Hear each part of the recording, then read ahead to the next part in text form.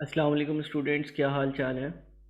अच्छा स्टूडेंट्स, इस लेक्चर में हम जो डिस्कशन करेंगे वो ऑटम 2014 का एक क्वेश्चन है डिसीजन मेकिंग का, उसकी डिस्कशन करेंगे। और बड़ा सिंपल सवाल, कोई मुश्किल सवाल नहीं है। तो इसकी डिस्कशन स्टार्ट करते हैं और सवाल में देखते हैं कि क्या लिखा है। सवाल की पहली रिक्वायरमेंट बोलती है what are the non financial considerations relevant to make or buy decision. अच्छा, मेक और बाय डिसीजन क्या होता है। मेक और बाय डिसीजन में हम ये डिसाइड करते हैं कि कोई प्रोडक्ट क्या हम खुद बनाएं, क्या हम खुद मैन्युफैक्चर करें किसी प्रोडक्ट को, या वो प्रोडक्ट जो है वो हम किसी आउटसाइडर से बना बनाया ख़रीद लें। तो बोलते हैं नॉन फाइनेंशियल क्या बातें आप जो है वो कंसिडरेशन में लेकर आओगे जब आप मेक और बाय डिसीजन कर रहे होगे। देखिए, दो चीज़ें हो सकती हैं, एक रिस्क या डिसएडवांटेजेस और एक बेनिफिट्स। अब 3 मार्क्स का सवाल है तो हम एक काम करते हैं, 3 पॉइंट्स लिख लेते हैं। पहली चीज़ ये है कि जब आप बाहर से कोई चीज़ बनवाओगे तो आप सप्लायर पर डिपेंडेंट हो जाओगे। फॉर एग्ज़ाम्पल, डिलीवरी टाइम जो है गुड्स का वो भी सप्लायर पर डिपेंड करेगा।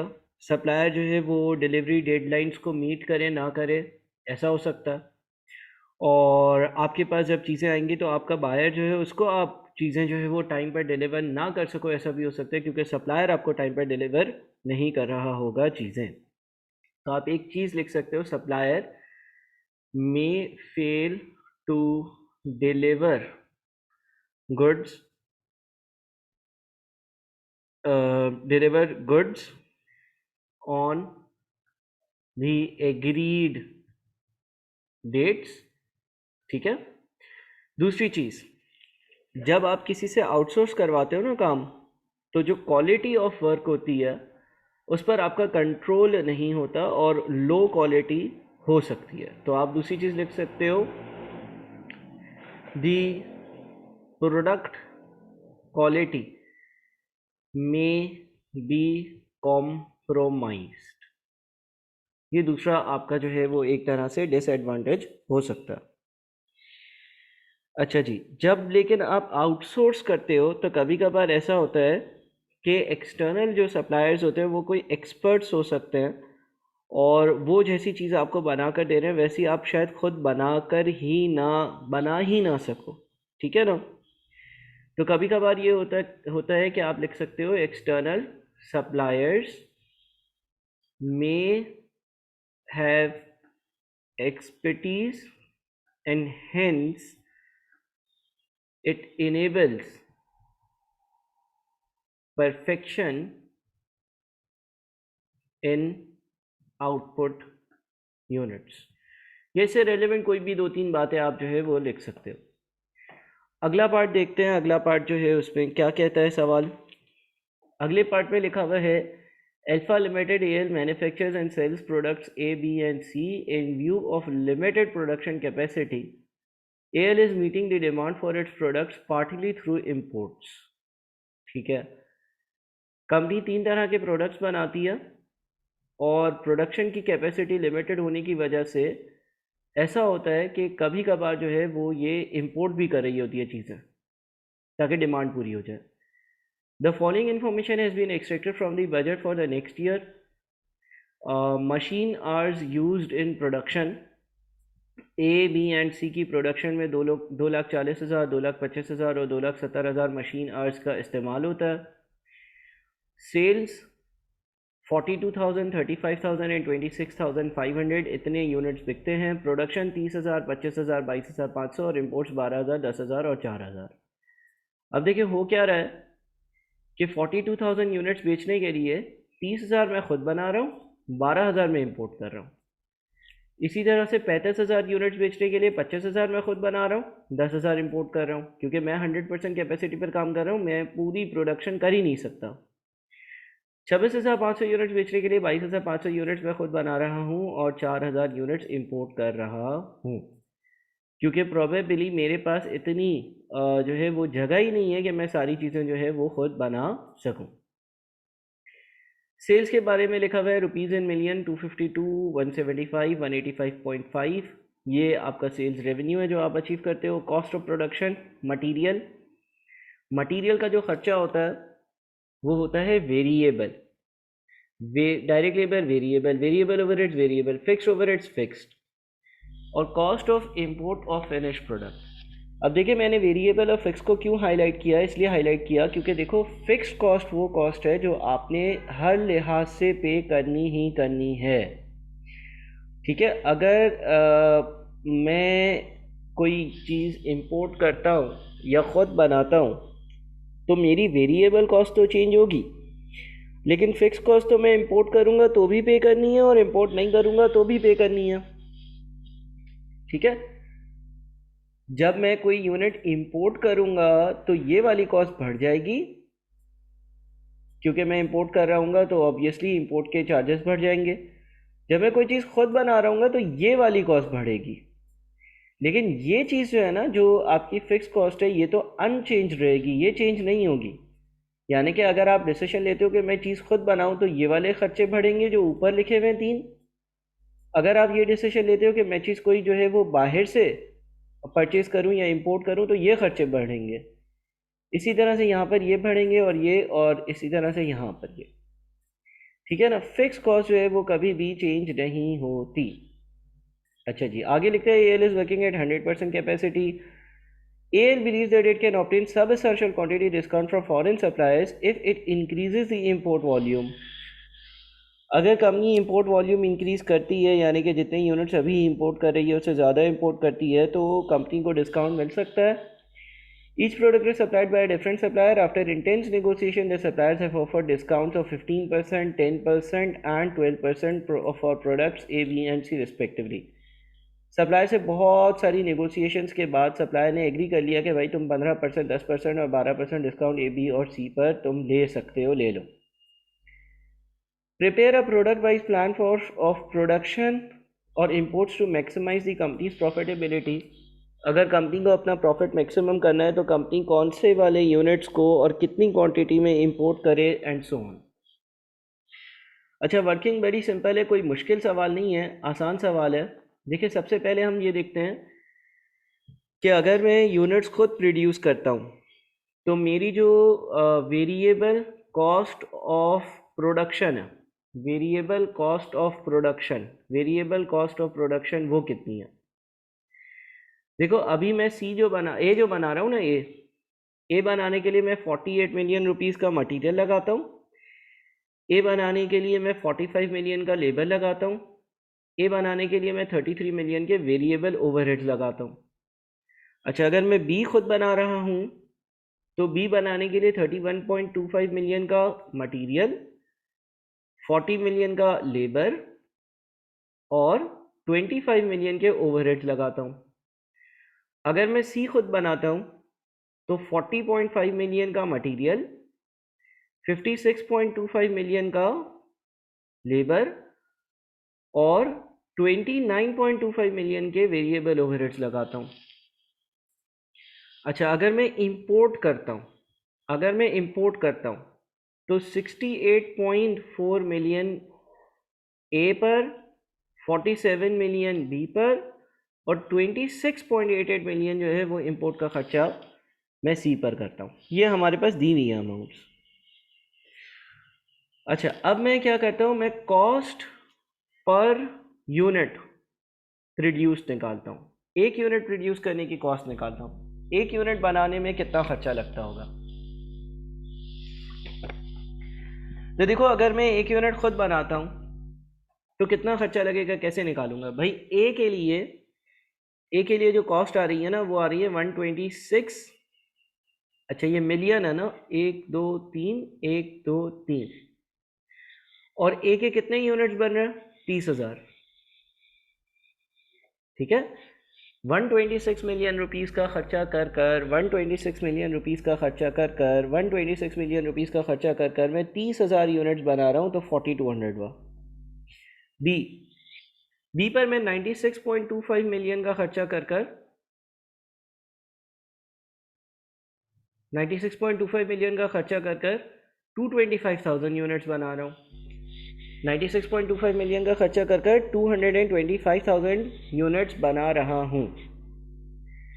तो इसका मतलब एक यूनिट कितने का पड़ता है खुद बनाकर, तकरीबन 427 सॉरी वापस से चेक कर लेते हैं इसको, 96,96250,000 डिवाइडेड बाई 25,000 है ना, 25,000 चीज़ें खुद बना रहा हूँ, तो ये आता है आपका 3850। अच्छा सी जो है उसके लिए मैं खर्चा करता हूँ 126 मिलियन का, और कितनी चीज़ें बनाता हूँ 22,500, तो एक चीज़ पड़ी 5600 की। अच्छा इंपोर्ट कॉस्ट पर यूनिट, अगर मैं इंपोर्ट करता हूँ एक यूनिट, बाहर से एक यूनिट परचेज करता हूँ, एक यूनिट इंपोर्ट करता हूँ, तो कितना खर्चा लगता है? तो अगर मैं एक यूनिट इंपोर्ट करता हूँ, तो 68.4 मिलियन का टोटल खर्चा है 12,000 यूनिट्स इंपोर्ट करने के लिए, तो 5700 एक यूनिट का हुआ, ठीक है। अच्छा इसमें एक और काम भी करना है ना, देखिए पहले ये इंपोर्ट की प्राइसेस थी, लेकिन अब क्या हुआ है, अब आपका सप्लायर जो है ना, जो ए आपको देता था, वो बोल रहा है भाई मैं तुम्हें 15% ऑफ कर दूंगा। तो अब क्या होगा, अब मुझे यही चीज़ 68.4 मिलियन के अगर पहले 12,000 यूनिट्स मिलते थे, तो अब मुझे 58.14 मिलियन के 12,000 यूनिट्स मिलेंगे। मैंने 68.4 मिलियन जो है ना उसका 85% ले लिया। 85% इसलिए लिया क्योंकि निगोशिएशन हो गई है और 15% डिस्काउंट मिल जाएगा, तो इसका मतलब ये हो गया कि 85% कॉस्ट रह गई। और अब हम यहाँ पर भी जो है ना इसको लिंक ही कर देते हैं, ज़्यादा बेहतर रहेगा। इनटू देखिए मैंने क्या किया है, 58.14 जो नई वाली कॉस्ट थी उसको 1 मिलियन से मल्टीप्लाई किया ताकि वो रुपीज़ में कन्वर्ट हो जाए, और फिर 12,000 यूनिट से डिवाइड किया। आप ऐसा भी कर सकते हो कि आप डायरेक्टली 58,140,000 मेंशन कर दो, यानी कि अब 58.14 मिलियन के 12,000 यूनिट्स आएंगे, यानी कि एक यूनिट 4845 का बढ़ेगा। इसी तरह से आगे करते हैं। अच्छा जी,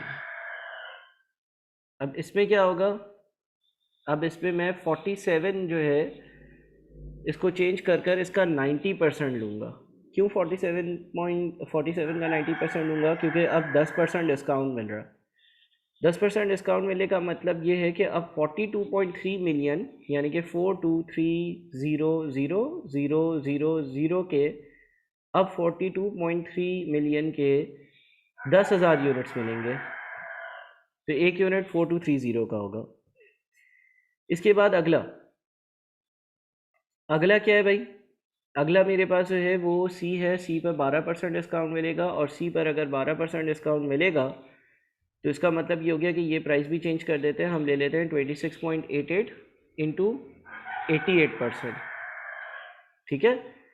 तो ये बन जाएगा आपके पास ये वाला अमाउंट इंटू 123 ठीक है, डिवाइडेड बाई 4,000। देखो मैं नई वाली वैल्यूज़ ले रहा हूँ क्योंकि जब हम अब इंपोर्ट करेंगे ना तो हमें तो नई वाली वैल्यू पे चीज़ें मिलेंगी। तो 5913.6 तकरीबन ये हो गया, ये 26.88 मिलियन का मैंने 88% लिया, 12% से कॉस्ट कम हो रही है, और उसको 4,000 से डिवाइड कर दिया।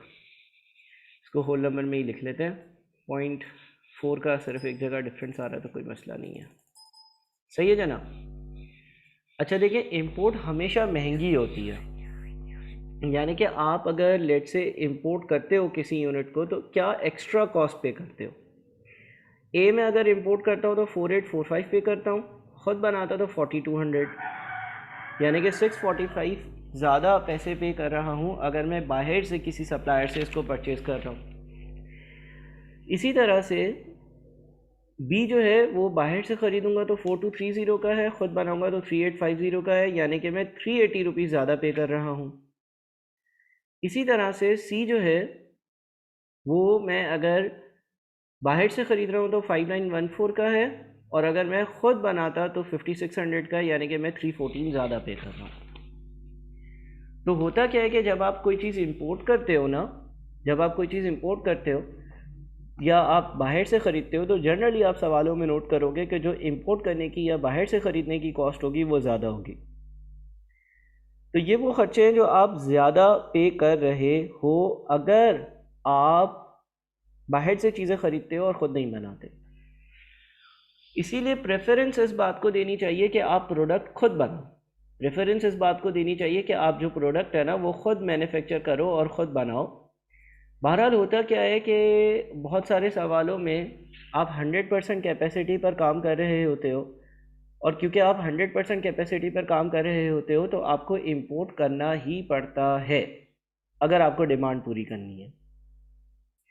अब यहाँ पर सवाल लिख रहा था कि भाई हम आखिर देखो ना, अभी भी हमारे पास जो फिगर सामने आ रहे हैं, जो स्टैट्स ये सामने आए हैं रिजल्ट्स, हमें खुद बनाने में सस्ता पड़ता, तो हम क्यों बाहर से इंपोर्ट कर रहे होते हैं? हम बाहर से इंपोर्ट इसलिए कर रहे होते हैं क्योंकि हम डिमांड पूरी कर सकें। हम बाहर से इंपोर्ट इसलिए कर रहे होते हैं क्योंकि हम डिमांड जो है वो पूरी कर सकें। तो आई होप कि बात समझ में आती है यहाँ तक आप आराम से चीज़ों को एब्जॉर्ब करें, कॉपी करें, वीडियो को पॉज कर देख लें, फिर आगे बढ़िएगा। अच्छा जी, अब मुझे ये एक्स्ट्रा कॉस्ट पता चल गई, ठीक है ना। अच्छा, अब लिमिटेड रिसोर्स क्या है? Machine hours. मशीन आवर्स मेरे लिमिटेड रिसोर्स है। मैं 100% कैपेसिटी पर काम कर रहा हूँ। 2,40,000, 2,25,000 और 2,70,000 मशीन आवर्स इस्तेमाल हो रहे हैं, ठीक है ना। मैं यहाँ पे लिख भी देता हूँ, मशीन आवर्स। ए पर 2,40,000,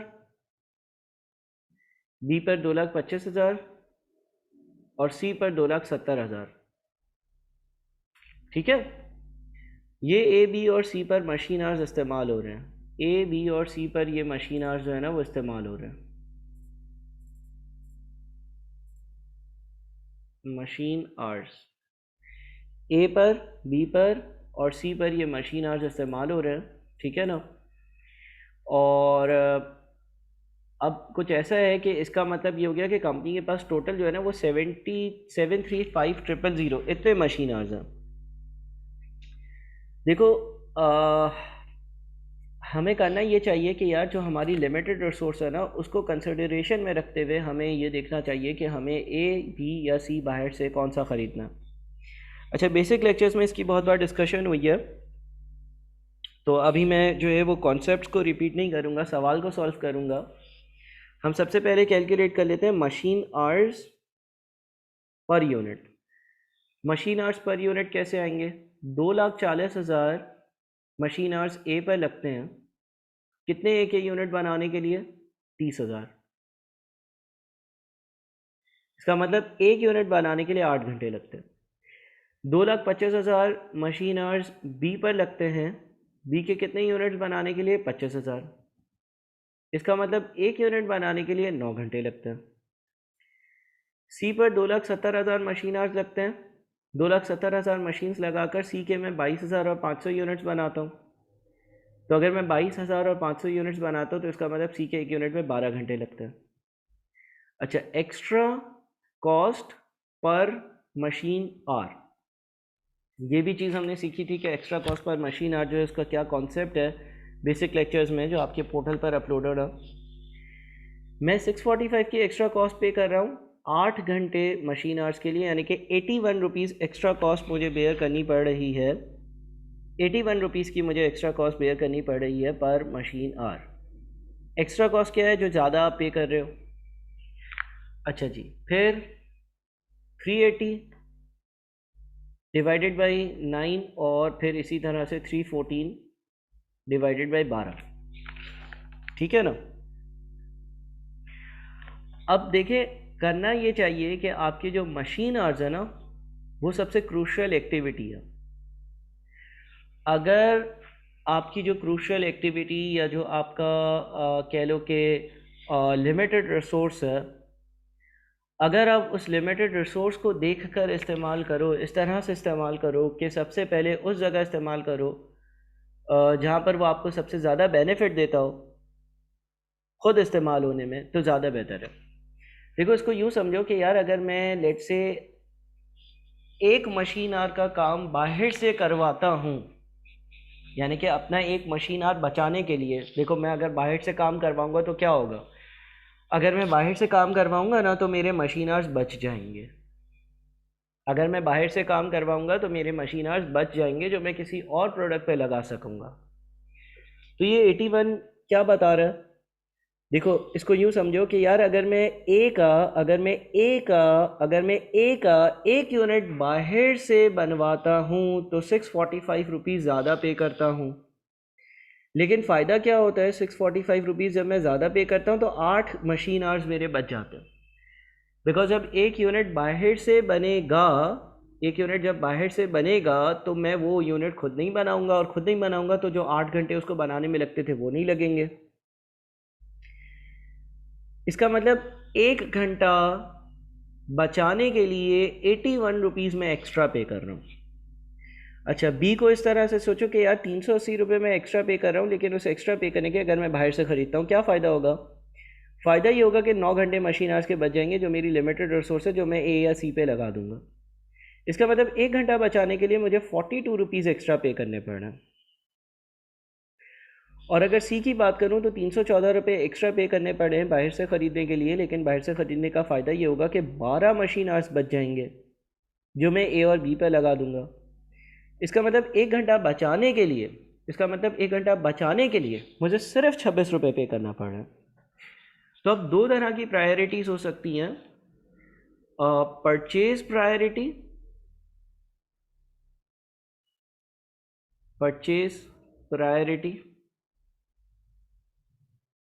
और प्रोडक्शन प्रायोरिटी।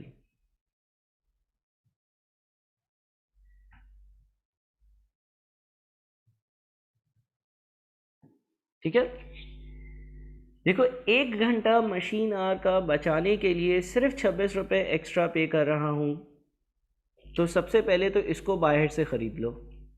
इसलिए क्योंकि इसको मैं बाहर से ख़रीदूँगा तो मेरे हर मशीन आवर जो मैं बचाऊँगा, जो मैं ए बी को इस पे इस्तेमाल कर लूँगा, क्योंकि मेरे पास ये रिसोर्स लिमिटेड है, मुझे सिर्फ 26 रुपये एक्स्ट्रा पे करने पड़े, सिर्फ 26 रुपये सबसे कम।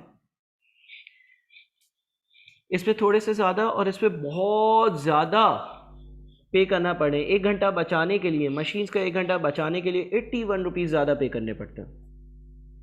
जबकि प्रोडक्शन प्रायोरिटी रिवर्स ऑर्डर में, प्रोडक्शन प्रायोरिटी कैसे निकालते हैं हम ये कहते हैं कि यार ए का एक यूनिट बाहर से बनाऊंगा तो 8 घंटे मशीन्स के बचेंगे, लेकिन 645 की एक्स्ट्रा कॉस्ट पे करनी पड़ेगी, यानी कि 1 घंटा लिमिटेड रिसोर्स का बचाने के लिए 81 रुपीज़ एक्स्ट्रा पे करने पड़ेंगे सबसे ज़्यादा। तो इसको खुद बना लो, सेकंड ये, और यहाँ पर आप जो है इसको थर्ड कर दो, ठीक है ना। यानी कि प्रोडक्शन आप सबसे पहले उस यूनिट की कर लो जिसको बचाने की कॉस्ट सबसे ज़्यादा है, आप उसकी खुद प्रोडक्शन कर लो, ठीक है ना। तो ये प्रोडक्शन प्रायोरिटी हो गई। अब इस हिसाब से, अच्छा ये कॉन्सेप्ट मैंने बेसिक लेक्चर्स में भी डिस्कस किया, इस हिसाब से हमें प्रोडक्ट वाइज प्लान बनाना था कि भाई कितने यूनिट्स हम खुद बनाएं और कितने यूनिट्स हम बाहर से बनवाएं, and so on so fourth. तो वो बड़ा सिंपल है। पहले हम बात कर लेते हैं, सबसे पहले हम क्या बनाएंगे भाई, हम प्रोडक्ट ए खुद बनाएंगे, क्योंकि उसमें मशीन आवर्स बचाने की कॉस्ट बहुत ज़्यादा है। अच्छा, प्रोडक्ट ए के कितने यूनिट्स हम खुद बनाएंगे भाई, प्रोडक्ट ए के टोटल 42,000 यूनिट्स की डिमांड है, वो 42,000 यूनिट्स के 42,000 यूनिट्स पूरे के पूरे हम खुद बनाएंगे। अच्छा, अगर 42,000 यूनिट्स हम खुद बनाएंगे, हम यहाँ पर दो कॉलम डाल देते हैं ना, 1 मिनट, ये यूनिट्स और ये आवर्स। हम अगर 42,000 यूनिट्स खुद बनाएंगे, तो इस होगा ये कि 8 घंटे के हिसाब से 336,000 मशीन आवर्स मेरे कंज्यूम हो जाएंगे। अच्छा, मेरे पास मशीन आवर्स अवेलेबल कितने हैं, इतने। अच्छा, फिर ये बना लूँगा तो बच कितने जाएंगे, इतने 399,000 बच जाएंगे। फिर प्रोडक्ट बी पर आते हैं, प्रोडक्ट बी सेकेंड है ना। अच्छा, प्रोडक्ट बी के टोटल कितने यूनिट्स बन के बिक सकते हैं, 35,000। एक यूनिट कितने घंटे लेता है, एक यूनिट जो है वो मशीन के 9 घंटे लेता, यानी कि 3,15,000 घंटे इधर लग गए। तो अगर 3,15,000 घंटे इधर लग गए तो 399,000 में से 3,15,000 घंटे जो है वो बी पर लगे और बी बन गया, तो 84,000 आवर्स बच गए। अब क्या करेंगे, अब आप सी बनाएंगे, ठीक है ना।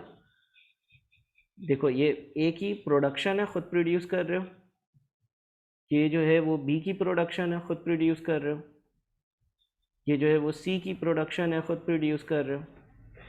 अच्छा जी, सी जो है उसके मैं कितने यूनिट्स खुद बना सकता हूँ। अब देखो सी की टोटल डिमांड तो 26,500 है ना, और एक यूनिट कितने घंटे लेता है, एक यूनिट 12 घंटे लेता है, तो ये बन गया 3,18,000 घंटे। तो मैं ये 26,500 यूनिट्स तो नहीं बना सकता, मेरे पास तो सिर्फ और सिर्फ 84,000 आवर्स अवेलेबल है। तो मैं ख़ुद कितने यूनिट्स बना सकता हूँ, 84,000 डिवाइडेड बाई 12, बिकॉज सी का एक यूनिट 12 घंटे लेता है। 7,000 यूनिट सी के जो है ना वो मैं ख़ुद बना लूँगा। 7,000 यूनिट जब मैं सी के खुद बनाऊँगा तो 7,000 यूनिट्स के लिए 9 घंटे 12 घंटे के हिसाब से 84,000 आवर्स कंज्यूम हो जाएंगे, और फिर मेरे पास मशीन्स मेरी फुल कैपेसिटी पर काम कर रही होंगी।